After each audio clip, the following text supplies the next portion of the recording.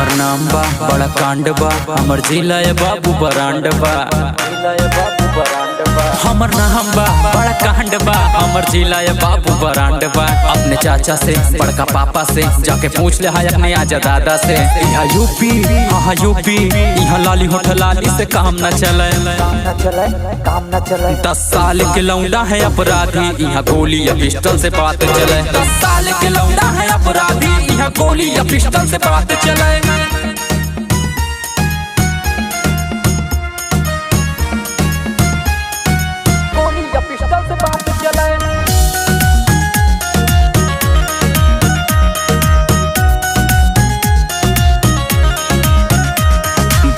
बदनाम हमरा यूपी के नाम, बहुत है बदनाम हमरा यूपी के नाम। फाटा बाजे जब गोली चक्का हो जाए जाम, बहुत है बदनाम हमरा यूपी।